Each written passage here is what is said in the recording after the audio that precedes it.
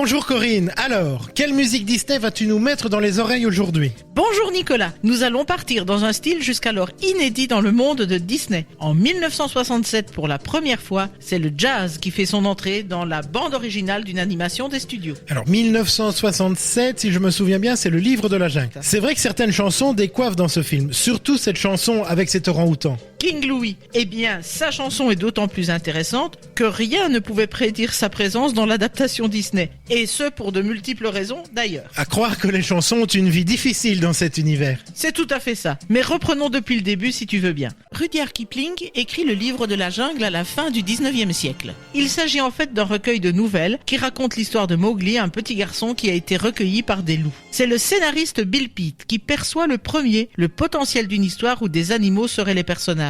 Il va donc convaincre Walt Disney, qui, en 1962, acquiert les droits pour adapter l'histoire. C'est bien sûr Pete qui se voit confier l'adaptation, et parallèlement, l'écriture des chansons revient à Terry Gilkyson. Mais il en fait un récit très sombre, et ce n'est pas du tout au goût du papa de Mickey. Les deux hommes ne sont pas d'accord, leur collaboration s'arrête là. Tout le travail de Pete est jeté à la poubelle et avec lui, les chansons de Gilkyson. Ah oui, pour peu on oubliait le projet. Heureusement pour nous, Disney croit en cette adaptation. On a aussi résolu ce qui était une difficulté majeure, trouver une histoire qui permet de relier les nouvelles de Kipling. C'est la mission que Walt confie à Larry Clemons, chargé de retravailler l'histoire. Ne garder que le nécessaire de l'adaptation de Pete, tout en mettant l'accent sur le divertissement, la comédie. Les choses se mettront en place avec le choix des acteurs. Ils finaliseront le caractère des personnages, ce qui rend l'adaptation très originale et loin de la version de Kipling. Quoi, donc les acteurs ont été engagés avant l'écriture du scénario? Oui, pour la première fois dans un film Disney, les comédiens qui prêteront leur voix aux personnages vont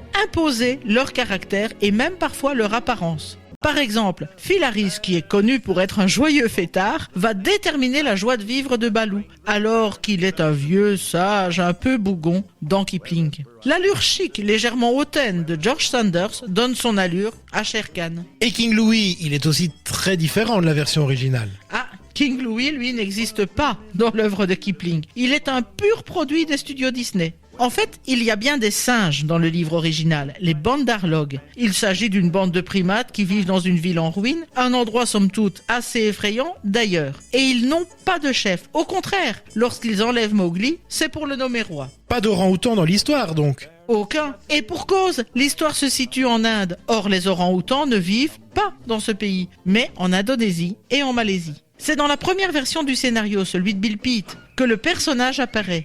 Mais il était plutôt bête et méchant, voire brutal, alors qu'il veut que Mowgli l'aide à reconstruire son palais.